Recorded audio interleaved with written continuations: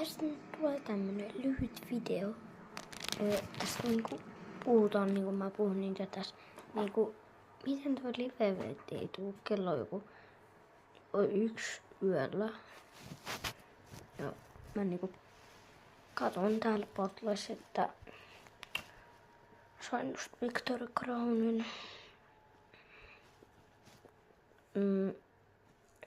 No sinne päin ja ei tullut niinku sitä live-eventtiä, se joku Star Wars pallo.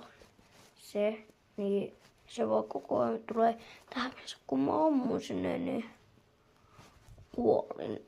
Sinne meni mun kruunki. Sinne tuli joku Star Wars tyyppi mun taakse.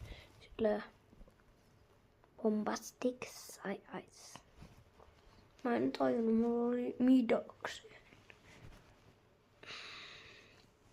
Se meni kyllä ihan pieleen. No, sun moro nähdään live-eventissä. Jos tuutte.